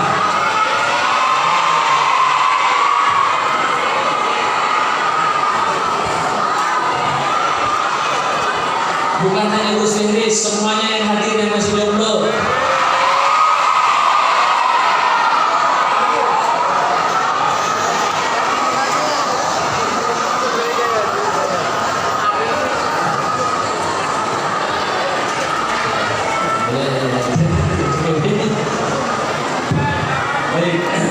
Sekarang beliau ingin mengijazahkan terakhir talqin. Beliau ingin mentalqin kita ijazah pembacaan kalimat tahlil yang bersambung kepada Rasulullah alaihi salatu wassalam.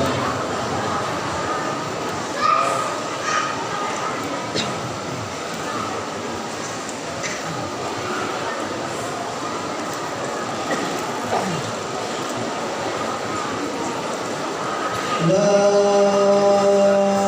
إله إلا الله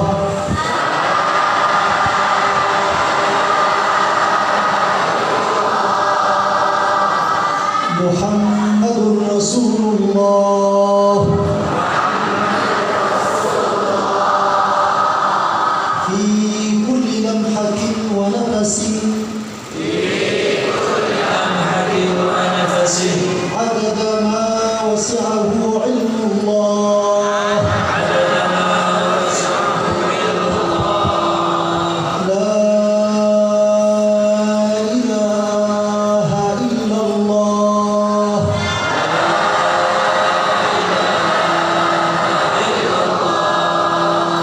محمد رسول الله في كل لمحة ونفس عدد ما وسعه علم الله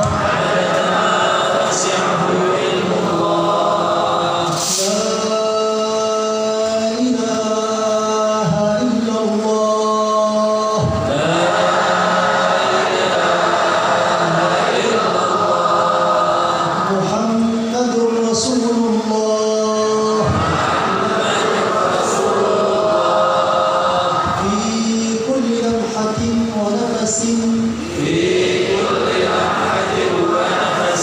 عدد ما وسعه علم الله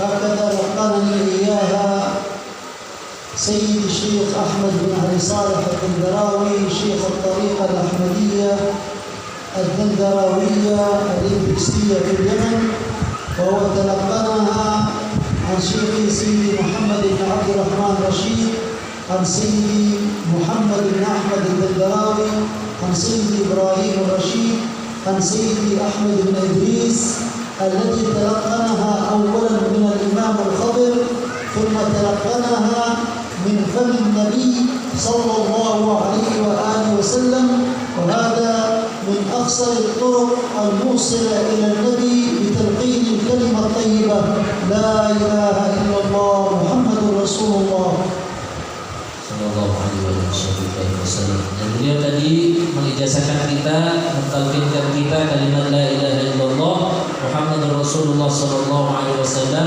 fi kulli lamhatin wa nafasin hadadana wasi'ahu ilmullah. Dan beliau bacakan sanad beliau mendapatkan talqin ijazah kalimat tahlil ini, dan ini merupakan adalah kalimat paling agung, kalimat zikir paling agung, yaitu la ilaha illallah Muhammadur Rasulullah fi kulli lamhatin wa nafasin adadana wasi'ahu ilmullah. Dan beliau mengijazahkan juga untuk sekiranya membaca ini selepas sholat 3 kali.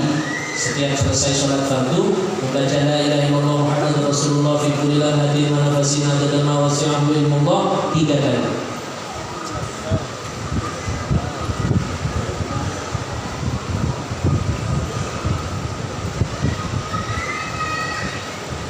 Beliau sekarang memberikan kesempatan, barangkali ada yang mau bertanya, memberikan masukan atau kritik atau mau curhat, silakan.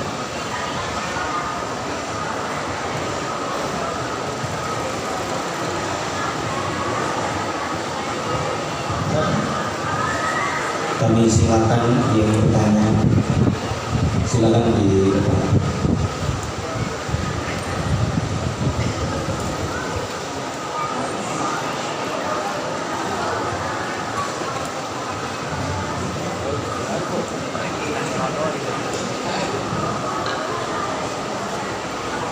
Baik, assalamualaikum warahmatullahi wabarakatuh. Kalau Syekh izin bertanya terkait masalah hadis rahimuna yarhamur rahman dan baraka wa ta'ala irhamu man fil ardi yarhamkum man fis sama. Tadi saya membacanya yarhamkum. Yang mau saya tanyakan, apakah saya juga punya sanad bacaan hadis yang cara membacanya itu bukan yarhamkum tapi yarhamukum? Itu. Mengingat alhamdulillah saya pun pernah mempelajari hadis ini bukan di kitab-kitab tebal tapi di kitab tipis saja, yaitu kitab Kasifatus saja Sarah Safinah, buah karya dari Syekh Nawawi Al-Bantani, di mana beliau di fokus di kalimat yarhamkum itu beliau mengarahkan atau lebih menganjurkan untuk kita membaca yarhamukum dibikin ibtida, yang tadinya khobariyah dibikin insaiyah. Dan itu ada kalimat ahsan atau afdal, saya lupa. Artinya ini penekanan beliau agar kita pas fi'il mudhari yarhamukum kita bacanya yarhamukum. Dan yarhamkum kita baca ya boleh, memang hadisnya seperti itu sebagai jawab amar dari irhamu, maka dibacanya yarhamkum sebagai jawab amar.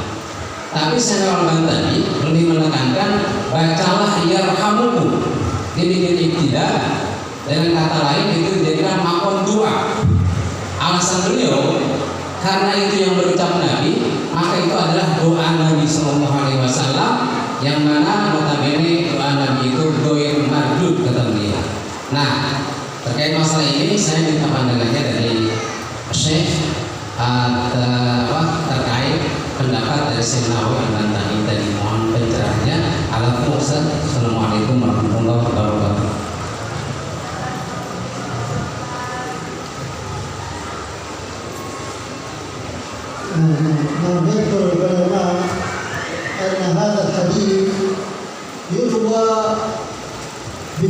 الشر ارحموا يرحمكم إن ينتهوا يغفر لهم.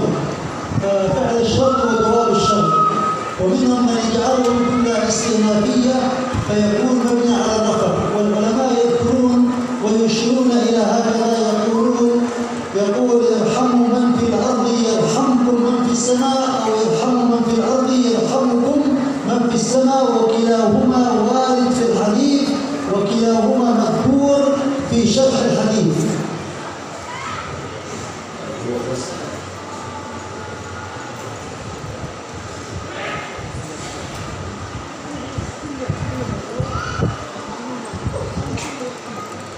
والشيخ عبد الله بن سعيد بن عباد اللهدي عندما ذكره في كتاب المرضى ذكره بلفظين. Kata beliau dua-duanya sama, walaupun sebenarnya belum menjawab soal tadi. Jadi yarhamukum dan yarhamkum keduanya sama, boleh yarhamkum boleh yarhamkum, karena sama-sama benar dalam sudut pandang gramatikal bahasa Arab, keduanya sama-sama benar, dan ulama pun sudah membahas itu. Bahkan tadi ada Imam di kitab Al-Maqqa, Imam Al-Lahaji juga menyebutkan dua sanad tersebut, yarhamkum dan yarhamukum. Walakin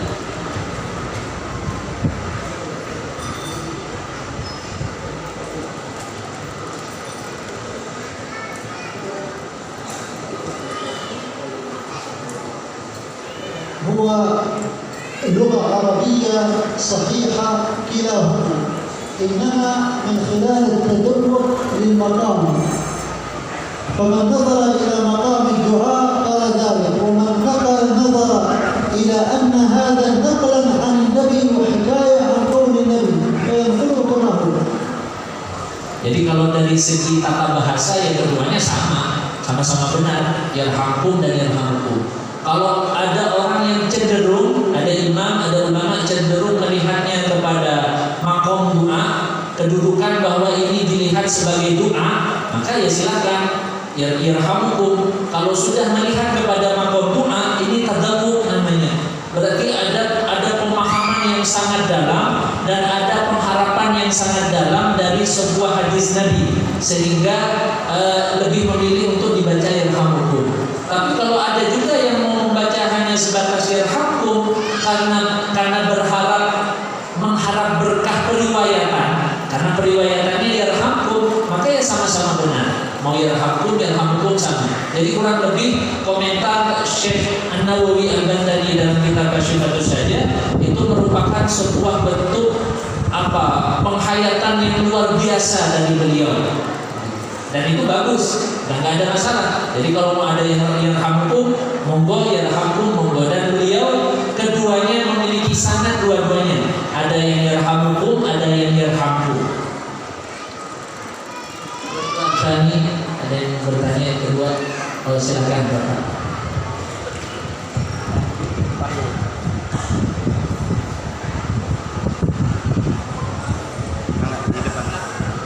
Ini dulu ya. Assalamualaikum warahmatullahi wabarakatuh. Saya mau bertanya faedah dari intisari al-wirid yang tadi di Zaza, mohon dijelaskan. Terima kasih.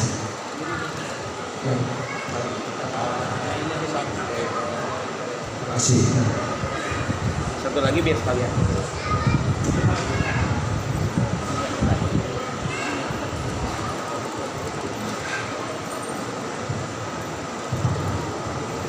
Assalamualaikum warahmatullahi wabarakatuh.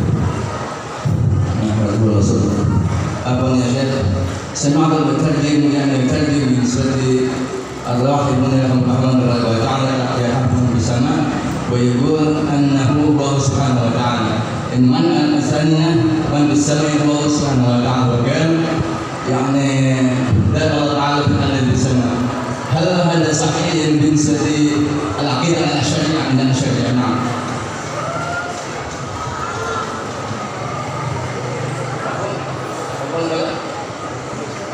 ويكذب يعني بأنه من سماه الله سبحانه الذي بالسماء. الوصاحي اللي عند الجدع الشعبي. صلوا على النبي. اللهم صل وسلم عليه. المولى جل ذكره كان الله قبل أن يخلق الزمان والمكان ولا زمان ولا مكان. Allah Subhanahu wa taala itu ada, wujud ada sebelum menciptakan segala sesuatu, sebelum menciptakan zaman, waktu, tempat, dan Allah tidak terikat dengan waktu dan tempat. وبالإجماع أن صفات الله قديمة. Dan sebagaimana kesepakatan konsensus para ulama bahwa sifatnya Allah itu bersifat qadim, terdahulu. والعالم وكل ما سوى الله حادث. Dan alam semesta ini dan apapun yang selain Allah Subhanahu wa taala itu baru. فالله بعد أن خلق العالم لم يكتسب صفة جديدة حادثة. الله لم يكتسب صفة حادثة لما خلق العالم. صفات قديمة والعالم حادث. Jadi setelah Allah Subhanahu wa taala menciptakan alam semesta, Allah itu tidak lantas mencari atau mendapati sifat baru, enggak, karena sifat Allah ini sudah qadim, sudah terdahulu. والله كان قبل وجود الزمان والمكان. Allah Subhanahu wa taala sudah ada sebelum adanya waktu dan tempat. وبعد أن خلق الزمان والمكان لم يتغير على ما كان. Setelah Allah Subhanahu wa taala menciptakan waktu dan tempat, adanya waktu dan tempat pun tidak merubah Allah Subhanahu wa taala. فما ورد من أن الله في السماء ونحوه هذه ألفاظ متأولة. Ketika ada kalimat bahwa Allah di langit, Allah di langit, maka kalimat ini adalah kalimat yang perlu ditakwil, perlu dijelaskan. فقد نقل الإمام النووي عن القاضي عياض الإجماع على ذلك. Dan Imam An-Nawawi meriwayatkan dari Imam Qadhi Iyad mengenai kesepakatan para ulama mengenai hal itu tadi, mengenai قال اتفق العلماء قاطبة. para ulama sepakat, فقيههم ونظارهم ومحدثهم ومتكلمهم. semua para ulama fikih, para ulama hadis, para muhaddis, para faqih, semuanya sepakat, para mutakallim sepakat أن الألفاظ الواردة بذكر أن الله في السماء bahwa lafaz sebuah kalimat atau lafaz yang menyebutkan bahwa Allah Subhanahu wa taala di langit, كقوله أأمنتم من في السماء seperti firman Allah Subhanahu wa taala, amintum man fis sama, أنها متأولة وغير مراد. bahwa sepakat para ulama kalimat ini termasuk ayat ini adalah ayat yang harus ditakwil. قال تعالى ليس كمثله شيء وهو السميع البصير. Allah Subhanahu wa taala berfirman, tidak ada yang seperti Allah Subhanahu wa taala, yang persis seperti Allah tidak ada, dan Allah Maha mendengar, Allah Maha melihat. وجمهور أهل السنة والجماعة لهم في هذه الآيات إما التفويض وإما التأويل كما قال الإمام اللقاني وكل نص أوهم التشبيه أوله أو فوض ورم تنزيها. Jadi para ulama ketika mendapati ayat-ayat yang perlu ditakwil, yang ya seperti Allah di langit, pilihannya hanya dua, awilhu au fawwidhu. Jadi ditakwil, dijelaskan, dipahami, atau ya udah pasrah gitu. Ya udah, Allah berfirman Allah di langit. Apakah Allah beneran di langit?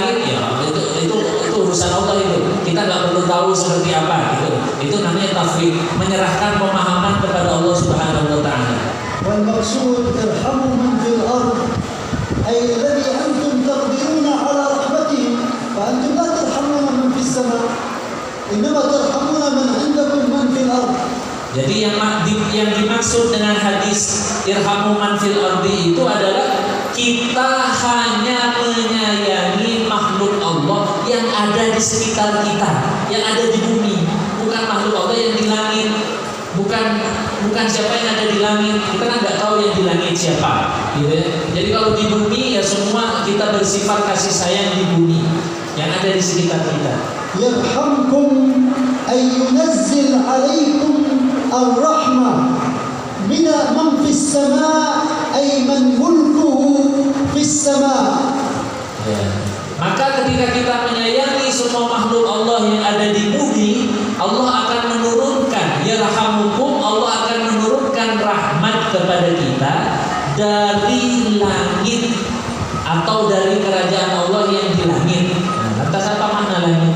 Allahu huwal awwal wal akhir wal zahir wal batin. Dan Allah Subhanahu wa taala zat yang maha awal, zat yang maha akhir, zat yang maha zahir, zat yang maha batin. Wa qala nabiyyuna Allahumma antal awwal falaysa qablaka shay wa antal akhir falaysa ba'daka shay wa antal zahir falaysa fawqaka shay wa antal batin falaysa dunaka shay. قال الإمام البيهقي استدل بعض أصحابنا بهذا الحديث بنفي المكان عن الله، فإذا لم يكن فوقه شيء ولم يكن تحته شيء لم يكن في مكانه. Nabi Shallallahu Alaihi Wasallam bersabda ketika menyebutkan firman Allah wal awwal wal akhir wal zahir wal batin. Ya Allah, Engkau zat yang maha pertama, tidak ada yang sebelum Engkau. Engkau zat yang maha akhir, tidak ada yang setelah Engkau. Engkau zat yang maha zahir, yang maha nampak, tidak ada yang di atas Engkau.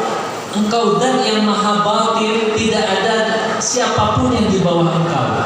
Maksudnya adalah Al-Imam Baihaqi menjelaskan hadis ini atau ayat ini untuk menjelaskan tidak adanya ikatan tempat bagi Allah.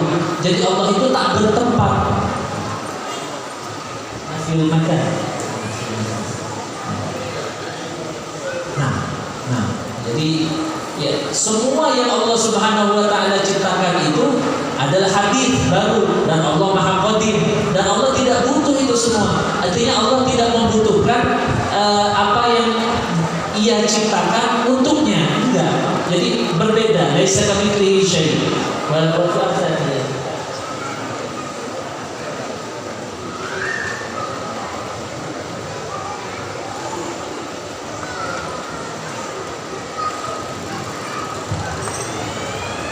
الكلمة الطيبة لا إله إلا الله.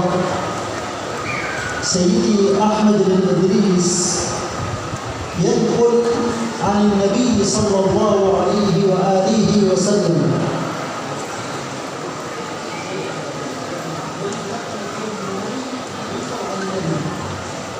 Jadi beliau menyebutkan pendiri Thariqah Idrisiyah Al-Imam Sayyid Ahmad bin Idris mentalaki atau mendapatkan kalimat La ilaha illallah Muhammadur Rasulullah diajarkan oleh Nabi Sallallahu Alaihi Wasallam. قال له النبي صلى الله عليه وآله وسلم يا ولدي أحمد لو أن إنسانا منذ أن خلق الله آدم إلى قيام الساعة يقول لا إله إلا الله محمد رسول الله. Nabi alaihi salatu wassalam berkata kepada Imam Ahmad bin Idris, ya, jadi Imam Ahmad bin Idris bukan sahabat Nabi, bukan, entah itu di mimpi atau film. Nah, jadi Imam Ahmad bin Idris pernah bertemu Nabi yaqdatan secara langsung, bukan di mimpi. Nah, Nabi alaihi salatu wassalam bersabda kepada Imam Ahmad bin Idris, wahai anakku, kalau ada orang yang membaca La ilaha illallah Muhammadur Rasulullah, sampai situ dulu, dari awal Nabi Adam alaihissalam diciptakan sampai nanti hari kiamat. قال وجاء أحد من باعك وقال مرة واحدة لا إله إلا الله محمد رسول الله في كل لمحة ونفس عدد ما وسعه علم الله لكان خيرا من ذلك الرجل بالأجر، من ذلك الرجل الذي من يوم خلق الله آدم وقال الله إلى يوم القيامة.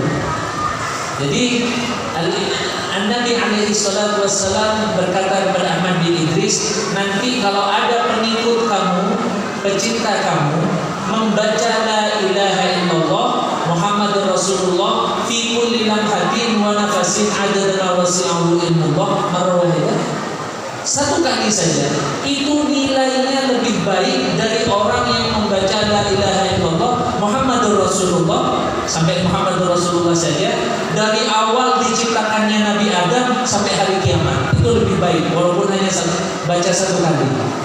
وهذه من خصائص هذه الأمة. Nah, ini merupakan salah satu kekhususan, keutamaan dari umat Nabi besar Muhammad sallallahu alaihi wasallam.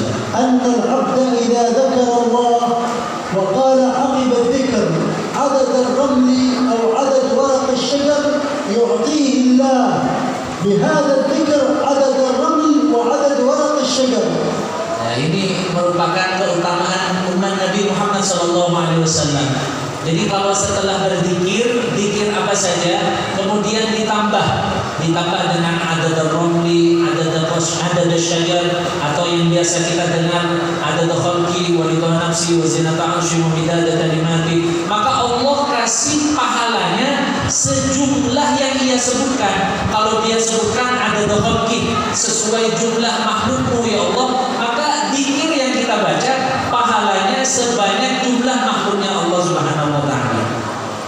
فهذا يقول لا إله إلا الله في كل لمحة بكل لمحة وبكل نفس، ومع ذلك عدد ما وسعه علم الله وعلم الله لا يحيطون به علمه. Dan kalimat ini karena la ilaha illallah yang ditalkin tadi ada tambahannya fi kulli lamhatin, ya, bagi setiap pandangan ya Allah. Ada berapa mata di seluruh dunia ini, ya bisa dihitung sendirilah, ya. Fi kulli lamhatin wa nafasin, dan ada berapa nafas yang bernafas di muka bumi ini bisa dihitung sendiri.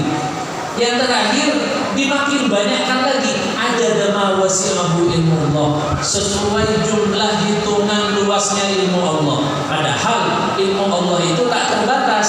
Artinya kalau kita baca zikir la ilaha illallah Muhammadur Rasulullah fi kulli lamhatin wa nafasin ada ma wasi'ahu ilmullah, yaitu pahalanya sebanyak ilmu Allah yang tak terbatas itu.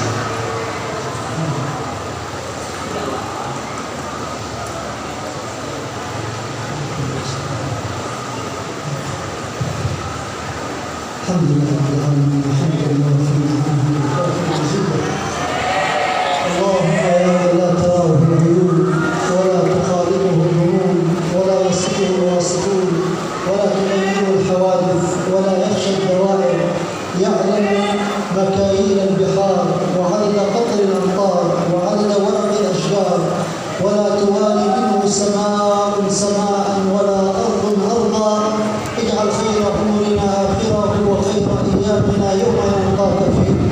اللهم انا نسالك بمعاقد العز من عرشك ومنتهى الرحمه من كتابك ووجهك الاكرم واسمك الاعظم وجدك الاعلى وكلماتك التامات كلها المباركات التي لا يجاوزهن بر ولا فاجر، ان تصلي وتسلم وتبارك على سيدنا ونبينا ومولانا محمد وعلى اله في كل لمحه ونفس عدد ما وسعه علمك، وان ترزقنا والحاضرين وان تجعلنا والحاضرين من العلماء العاملين، وان تقبلنا على ما فينا وانت عنا راض.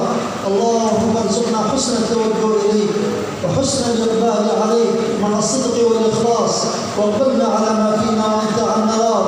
اللهم ارزقنا حسن كمال الاستقامه مع صلاح القلب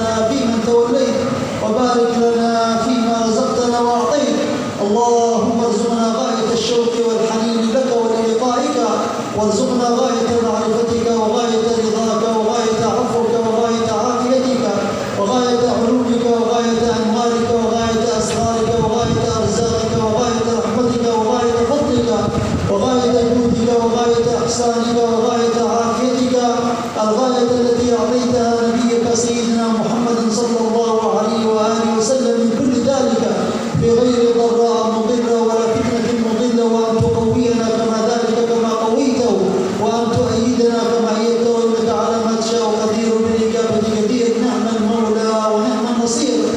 ربنا اللهم إنا نعوذ بك من كل شح مطاع وهو المتبع وإعجابنا بأنفسنا، ونعوذ بك من الجهل والغفلة. ربنا اللهم لا تجعل الدنيا أكبر همنا ولا مبلغ علمنا ولا تسلط علينا من لا يخافك ولا يرحمنا. ربنا اللهم ارحمنا بترك المعاصي أبدا ما أبقيتنا، وارحمنا أن نتكلف ما لا يعنينا، وارزقنا حسن نظر فيما يرضيك عنا. ربنا اللهم اكفنا بحلالك عن حرامك وطاعتك عن معصيتك وفضلك عن من سواك. نور قلوبنا وقبورنا ووجوهنا واسماعنا وابصارنا وعقولنا وجوارحنا وانفسنا والسنتنا وظاهرنا وباطنا، ظاهرا وباطنا في لطف وعافيه وسلامه. ربنا اللهم ارنا الحق حقا وارزقنا اتباعه، وارنا الباطل باطلا وارزقنا اجتنابه، ولا تجعله هما علينا فنتبع الهوى، واجعل هوانا تبعا لما جاء به حبيبك محمد صلى الله عليه واله وسلم. ربنا اللهم اجعلنا وجهاء في الدنيا والاخره، مفاتيحا للخير مغاليق للشر، مباركين اينما كنا واينما حرمنا. ربنا اللهم ارفع عنا وعن هذه الامه الغلا والوباء والاذى والقحط والجور والظلم وسفك الدماء والفتن ما ظهر منها وما بطن برحمتك يا ارحم الراحمين. ربنا اللهم يسر لهم امورهم، ربنا اللهم يسر لهم امورهم، ربنا اللهم يسر لهم امورهم، وأتمها لهم بالحسنى، وأنت عنا وعنهم راض، وأكرمنا برؤية الحبيب الأعظم صلى الله عليه وآله وسلم، والتمتع بغاية لذة النظر إلى وجه الكريم. ربنا اللهم اشرح لنا صدورنا ويسر لنا أمورنا، واحلل عقدة من ألسنتنا يفقه قولنا لتلقي العلم ولطاعته، بجاه النبي وآل النبي وبسر بسم الله بإذن الله. ربنا اللهم اجعل هذا المعهد معهدا علميا مباركا فيه، وبارك اللهم في القياء في من عمر وأنشأ هذا المعهد والمدرسين القائمين فيه، ومن حضر من القيائيين ومن حضر من الطلاب. اللهم بارك فيهم واجعلهم مباركين أينما كانوا وأينما حللوا، واجعل هذا المعهد ومعاهدهم منارة علمية تحيي الله بها القلوب والعباد، تحيي بها هذه البلاد التي تربط المخلوق بالخالق برحمتك يا ارحم الراحمين ويا رب العالمين ويا اكرم الاكرمين. واجعل اللهم هذه المجالس سببا في القرب اليك، واجعل هذه المجالس سببا في تجدد العلاقه فيما بيننا وبين الحبيب الاعظم صلى الله عليه واله وسلم، والقرب منه ظاهرا وباطنا حسا ومعنى، انك على ما تشاء قدير وبالاجابه جدير. نعم المولى ونعم النصير. ونسالك اللهم ان تقبلنا على ما فينا وانت عنا راض. قبول قبول قبول يا رب. الا يرضى بنظره من العين الرحيمه تداوي كل ما بنا من امراض سقيمه، بجاه النبي وآل النبي. ونسأل الله كما جاد على أصحاب ورجال هذه الأسانيد أن يجود علينا، وكما تكرم عليهم أن يتكرم علينا، وكما أعطاهم أن يعطينا، وكما تجلى عليهم أن يتجلى علينا في لطف وعافية وسلامة، وأن يجعلنا من أولئك الرجال الوارثين لهذه المقامات حسا ومعنى ظاهرا وباطنا، بجاه النبي وآل النبي وبسر بسم الله بإذن الله. آمين. الفاتحة.